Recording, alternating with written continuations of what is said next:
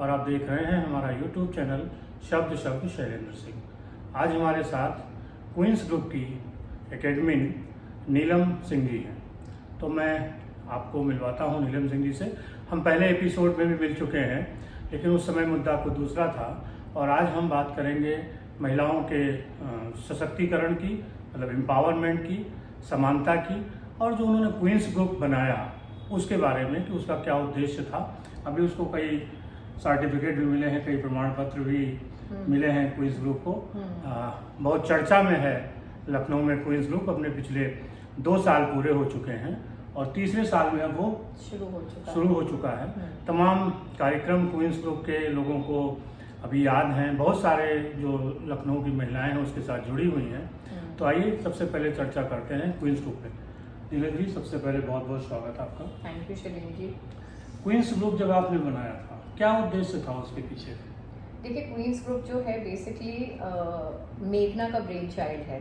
हमारी 2 और एडमिन्स हैं, मेघना माथुर और ऋतु चौधरी जी।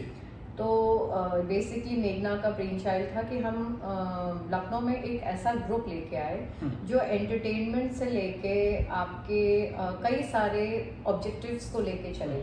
चाहे वो चैरिटी हो, चाहे वो प्रोफेशनल वुमेन्स को आगे लाने की बात हो, चाहे महिला को समवेयर एम्पावर करने की बात हो, कुछ ना कुछ नया होता रहे, कुछ ना कुछ हम टूवर्ड्स कहिए कि वुमेन, हमारा बेसिकली फोकस ही वुमेन था।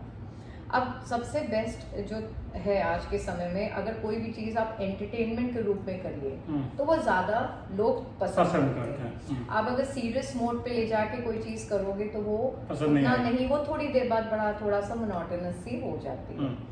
तो मेनली मेघना का ये ब्रेन चाइल्ड था। फिर ऋतु ये लोग ने मुझे अप्रोच किया। आई वॉज लाइक कि अच्छा, मुझे फर्स्ट में थोड़ा विजन मुझे उतना थोड़ा वो हुआ। हमने कहा लेट्स सिट एंड टॉक। हमने बात की। फाइनली हमने 2019 में लॉन्च किया इसको, मार्च में। अच्छा, बहुत अच्छा साल गया हमारा। काफ़ी लोग हमारे साथ जुड़े, काफ़ी हमने इवेंट्स किए, हमने चैरिटी की, हमने टॉक शोज किए, और काफ़ी हमने जैसे प्रोमिनेंट लोग हैं उनको ऑन बोर्ड हम लेके आए, जिससे हम बहुत कुछ, जैसे सपोज हमने कुछ मेकअप आर्टिस्ट को हम लेके आए जो लखनऊ में दे आर वेल नोन। तो क्या होता है कि उनसे लेडीज़ के लिए सबसे ये इंटरेस्टिंग टॉपिक है कि भाई ठीक है, हमें वहाँ पे एक सेशन में कुछ टिप्स मिल रहे हैं, हम चलते हैं, विल लर्न। ऐसे ही हमने अलग अलग टाइप के लोगों को ऑन बोर्ड बुलाया। कभी साइकोलॉजिस्ट को बुलाया, कभी हमने योगा से रिलेटेड या आर्ट ऑफ लिविंग से बुलाया the people experts, either Lucknow और आइदर लखनऊ के बाहर से। तो ये हमारा ऑब्जेक्टिव था। ये करते करते हमारा सेकेंड 2 साल में कितना सफल हुआ जो उद्देश्य आप लेके चले थे? हमने एक्चुअली इतना सोचा नहीं था कि हम यहाँ तक आ जाएंगे। टू बी वेरी ऑनेस्ट, हमें लगा था कि एक विजन जरूर था कि भाई ये शुरू करना है, पर हमको पता नहीं था कि हम इस लेवल पे आ जाएंगे कि लोग क्वींस को आज कितने जुड़े हैं वो तो अलग बात है, लेकिन जानता ऑलमोस्ट सभी लोग हैं। सभी लोग क्वींस को जानते हैं। जोड़ना अलग बात है, बट उसको पहचानना, उसको सराहना, या वो अलग चीज़ है। तो उस हिसाब से हमें लगता है कि हमें जो भी पॉपुलैरिटी मिली है वो बहुत ही हमारे लिए बहुत ही अच्छी है। Will say like God has been really kind. और हमने कोशिश ये की है कि हम बड़ी ऑनेस्टी के साथ इस पे काम करें, और जब कुछ भी होता है तो हम लोग तीनों की मेहनत जो होती है, हम कोशिश करते हैं हम ज़्यादा से ज़्यादा इस पे बेटर इनपुट्स दें ताकि उसका आउटपुट अच्छा आए। कुछ अगले साल की नई प्लानिंग्स है जिनके बारे में बताना चाहती हैं? अब इस बार हमारा 2 साल तो हमारा ये अप्रैल में कंप्लीट हो गया था। थोड़ा सा अभी हमने ब्रेक लिया था because of second wave and all. अब हम ऑलरेडी जब केसेस, अब हम भी क्या है, कोरोना के साथ हम भी हाइड एंड सीक खेल रहे हैं। जब थोड़े से केसेस कम होने लगते हैं देन वी स्टार्ट स्पीड से हम आते हैं। थोड़ा फॉर्मेट्स हम और चेंज करने के उसमें हैं, which you will see as per the events will come out. But हाँ, ये कोशिश है हमारी कि जितना मैक्सिमम हम एंटरटेन कर सके। हम पैटर्न थोड़ा बदलेंगे अपनी पार्टीज का, हम पैटर्न बदलेंगे अपने इवेंट्स का। वो हमारा एक वो है जिससे फ़ायदा ज़्यादा मिले, कंस्ट्रक्टिव चीज़ें ज़्यादा हो और साथ साथ एंटरटेनमेंट भी हो। अच्छा, आप क्वींस ग्रुप तो है ही है, आपका एक लंबा प्रोफेशनल्स का अनुभव है, एक पॉलिटिकल परिवार से भी है आप।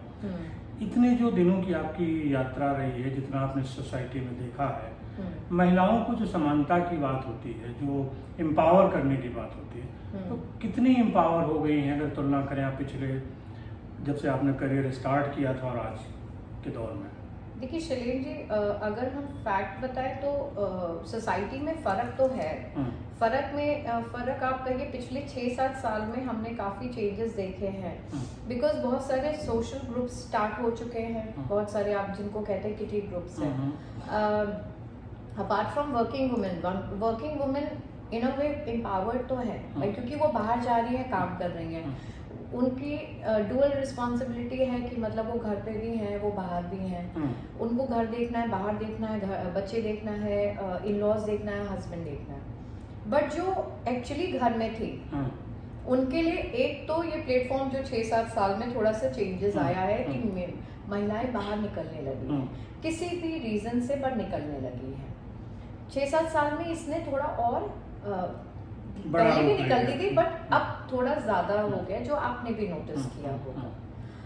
अब इसमें यह है कि एम्पावर्ड वर्ड जो है अपने आप में एक बहुत ही डिफरेंट मीनिंग कैरी करता है। एम्पावर्ड मीन्स कि आप अपने में कितने सक्षम हो। आमतौर पे लोग ये समझते हैं कि अगर कोई महिला नौकरी कर रही है, उसका कोई बिजनेस है, मीन्स कि उसके पास एक आर्थिक मजबूत आधार है, तो वो एम्पावर है। लेकिन देखिए शैलेंद्र जी, ये ठीक है, ये हमने भी मान लिया, लेकिन अगर वो बिजनेस कर रही है और बिजनेस अपना जॉब भी कर रही है, उसको हम एम्पावर तो मान ही रहे हैं। वो तो हम एक प्रोफेशनल की, हम हाउसवाइफ्स की बात कर रहे हैं, वो तो एक डिफरेंट सेगमेंट हो गया ऑल टुगेदर। तो वहाँ बाहर निकलना एम्पावरमेंट नहीं होता है। एम्पावरमेंट जैसे आपने अभी कहा, वो ये होता है कि सेल्फ इंडिपेंडेंट या सक्षम होना, तो उनको हम एम्पावरमेंट या एम्पावर्ड वुमेन हम उन्हें कहते हैं। तो ये एक चीज है, बट अभी भी आपको मैं बताऊं, ये society, it's not about only Lucknow, but it's about, I think India में अभी भी कंफ्यूजन है एम्पावरमेंट को लेके, या आप कहिए कि इक्वालिटी को लेके, या जो भी चीजें हैं, अभी भी कंफ्यूजन है। अगर हम बाहर निकल रहे हैं और हम सोशलाइज कर रहे हैं तो हम एम्पावर्ड हैं, ये एक मिथ है विच इज नॉट देयर, क्योंकि समवेयर हम कहीं ना कहीं डिपेंडेंट है, हमारा वो एंटरटेनमेंट किसी पे डिपेंडेंट है। हमें अगर वो रिसोर्सेज प्रोवाइड होंगे तो हम वो एंटरटेन हो सकते हैं, या हम बाहर जा सकते हैं, या अपने मन का हम कर सकते हैं, but that is only possible क्योंकि हमारे पास एक रिसोर्स का चैनल है, जो आप समझ रहे कि मैं क्या कहना चाहती हूँ। सो बेसिकली हमें लगता है कि एम्पावरमेंट जब हम खुद डिसाइड कर लें कि हमें ये करना सक्षम होना है अपने आप में, जैसे like I was a professional women.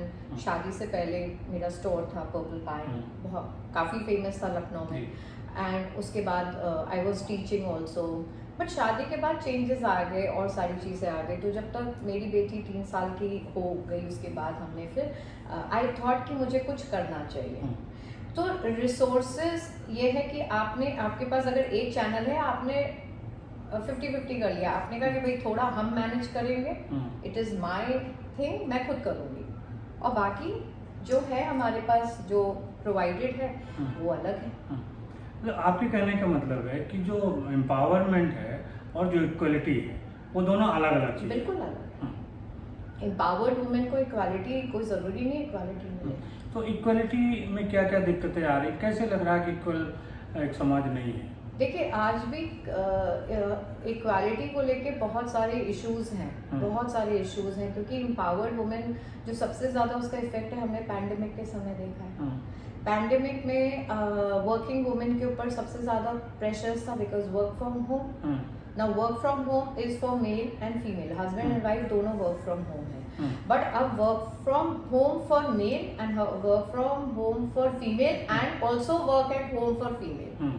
तो यू सी द रिस्पॉन्सिबिलिटी। उसके पास वर्क फ्रॉम होम ऑफिस भी है, हाँ, और घर का भी काम, घर का है, वर्क एट होम, प्लस उसके बाद फैमिली, पूरी फैमिली 24/7 सब साथ में है। मूड स्विंग्स हो ही रहे हैं, प्रॉब्लम्स आई हैं, सब जानते हैं, सबके कुछ एक फैमिलीज में ये हुआ है कि ठीक है, they had a very good time, उनके लिए वेकेशन था, बट बहुत लोगों के लिए, स्पेशली फीमेल्स के लिए तो बहुत प्रेशर्स है, जहाँ पे क्योंकि आपके पास डोमेस्टिक हेल्प नहीं है, घर पे आपको बेसिकली यही होता है कि आपको कोई एक सपोर्ट करे। अकेले अगर महिला काम कर रही है तो ये सबकी जिम्मेदारी बनती है कि आप सभी कुछ ना कुछ उसका हाथ बटाएं, क्योंकि वो भी एक इंसान है, उसकी भी एक एनर्जी लेवल है, तो वो घर का भी काम कर रही है, बाहर अपने ऑफिस का भी काम कर रही है, बच्चों को भी देख रही है, इन लॉज को भी देख रही है, हस्बैंड को भी देख रही है, और सबके मूड स्विंग्स भी देख रही है। उसके हिसाब से आपको मैनेज करना तो है। यहाँ इक्वालिटी कहाँ हुई भाई? सिंपल सी बात है, you are a women and you have to work, this is your job, this is हमारी सोसाइटी में ऐसे बोला जाता है। ये कोरोना के पहले भी था कि अगर दोनों हस्बैंड वाइफ जॉब कर रहे हैं तो हस्बैंड ऑफिस से आता है तो वो उसको चाय बनी हुई मिलनी चाहिए, वो चाहता है कि हाँ भाई पत्नी बना के दे रही, या खाना भी पत्नी को ऑफिस भी संभालना है, उसके बाद घर में भी ये काम करने हैं। ये अगर इशू में जाए तो ऐसे तो बहुत सारी चीज़ें आज भी हम प्रोफेशनल लाइफ में भी देखते हैं, बट हमने इसलिए कहा क्योंकि करंट सिचुएशन में हम यहीं अभी हैं, और इससे ही हमें समझ लेना चाहिए कि टफ टाइम सबके लिए है। अदरवाइज हम जनरली अगर जेंडर इक्वालिटी की बात करें तो जेंडर इक्वालिटी कभी इंडिया में आई नहीं, और बहुत ही मुश्किल है कि ये शायद आ भी पाएगी, क्योंकि आप किसी भी एलीट क्लास में आप अगर चले भी जाएं, आप किसी भी एक सीईओ को भी आप कंपनी में कोई है lady, but somewhere she is not given that respect, that level of respect, या तो उसके वर्क प्लेस पे या उसके घर पे है।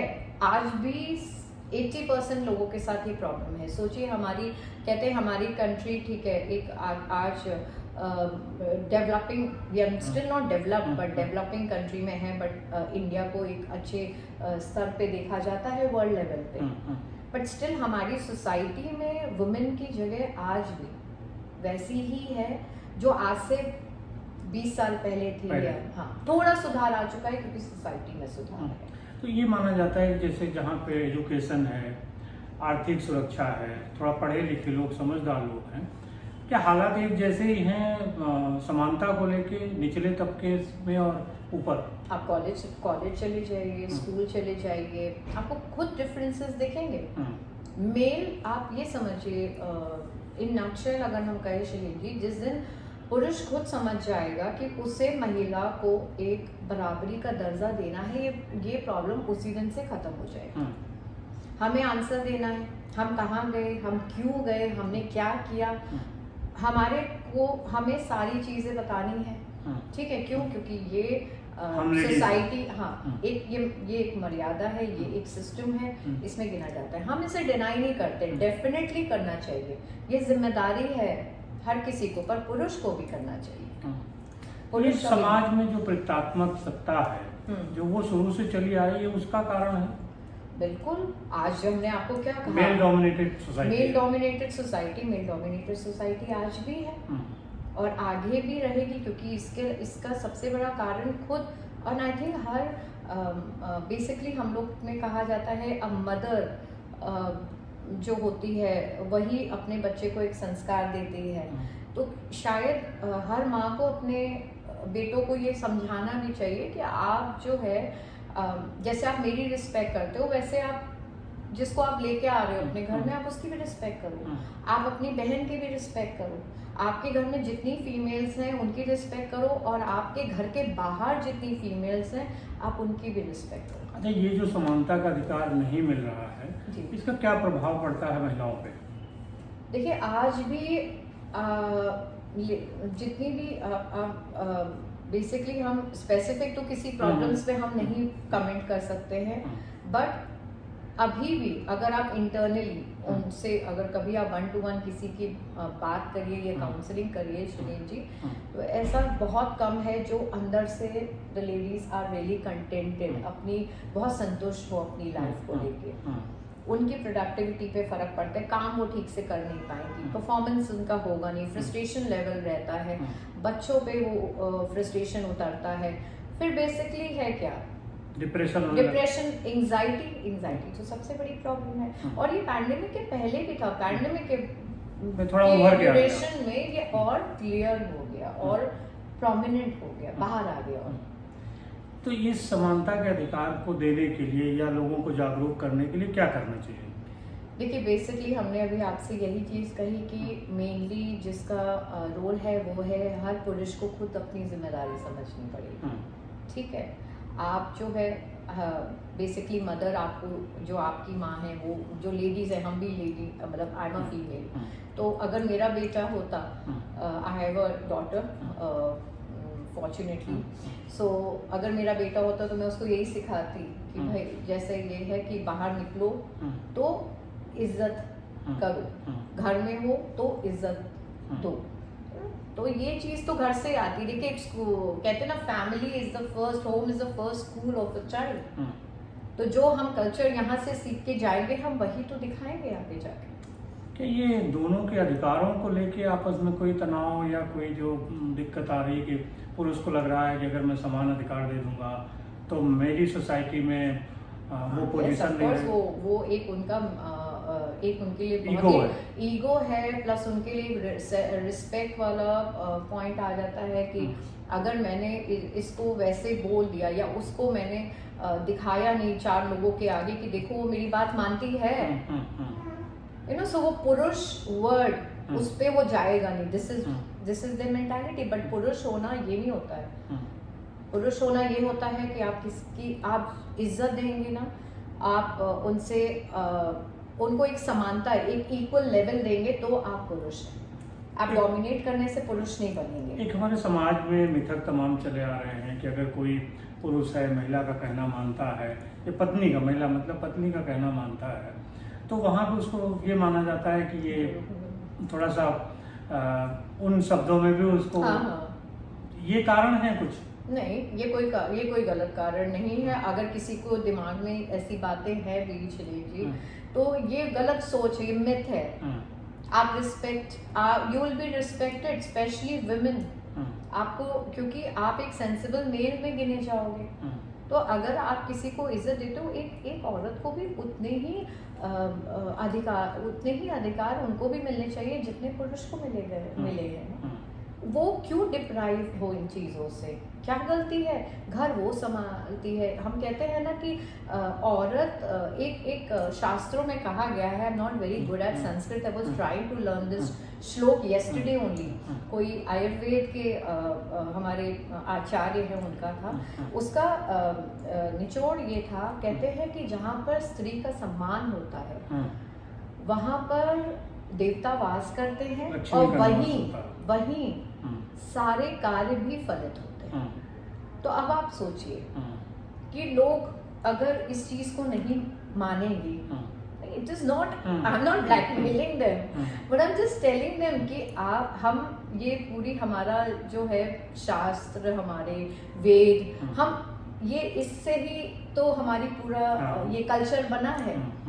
और हम इसको ही छोड़ के आज जिस तेजी से हम भाग रहे एडवांसमेंट की तरफ, वो हमें नुकसान ही पहुंचाएगा। एटलीस्ट कोशिश ये करे कि जो हमारे घर की नींव है, औरत वही घर बनाती है, वही घर संभालती है, और वो ही घर बिगाड़ती भी है। कहने का मतलब ये है कि जो अगर हमें पढ़ा लिखा समाज बनाना है, एक विकासशील देश की तरफ समाज को ले जाना है, तो महिलाओं को समान अधिकार देने होंगे, सशक्तिकरण के साथ साथ। ये बहुत ज़रूरी है शैलेंद्र जी, कि आपने सशक्त तो बना दिया, लेकिन अगर आपने अधिकार ही नहीं दिया तो आप एम्पावरमेंट तो वेस्ट है, कोई फायदा नहीं एम्पावरमेंट का। उनको सम्मान दीजिए उन्हें, और आप फिर देखिए वो आपके लिए क्या करती है। आप उनको वो आपके लिए उससे भी ज़्यादा करेंगी अगर आपने उनको थोड़ी सी भी, बिकॉज उनको क्या चाहिए, महिलाओं को चाहिए थोड़ी सी इज्जत, थोड़ी रिस्पेक्ट, थोड़ा प्यार। तो ये कहीं भी हो, किसी रूप में भी महिला हो, माँ हो, बेटी हो, बहन हो, किसी भी रिलेशन में। तो आप लोग कुछ क्वींस की तरफ से ऐसी चीज़ें करेंगे एम्पावरमेंट और समानता के अधिकार पर? देखिए हम लोग बेसिकली अभी तो ऐसा कुछ नहीं है, हाँ, बट हम जो चैरिटी फॉर्म में चीज़ें करते हैं या हम कुछ ऐसे प्रोग्राम्स ज़रूर हमने प्लान किए हैं कि हम हो सकता है कुछ अवेयर करें, अवेयरनेस जो होता है, देखिए करना आपको पड़ेगा, हम तो सिर्फ बात कर सकते हैं, अवेयर कर सकते हैं आप। हम हर कोई हम सिर्फ अवेयर कर सकते हैं। अब जैसे आप भी कर रहे हैं, जो आपका चैनल है ये अवेयरनेस है, तो जो इसको बहुत ही गंभीरता से लेगा तो वो उसका लाभ उठा सकेगा, जो नहीं लेगा तो कोई किसी को कुछ करा नहीं सकता। बहुत शुक्रिया नीलम जी और सभी साथियों आपका भी। आपने देखिए सुना कि समानता का अधिकार देना ज़रूरी है। जब आप किसी महिला को सशक्त बनाने की बात करते हैं तो असली सशक्तिकरण तभी आएगा जब समानता का अधिकार आएगा। एक बार आप लोग इस दिशा में कदम बढ़ाइए और समाज को सशक्त होने के साथ साथ एक समानता का अधिकार भी महिलाओं को दीजिए। बहुत शुक्रिया। नमस्कार।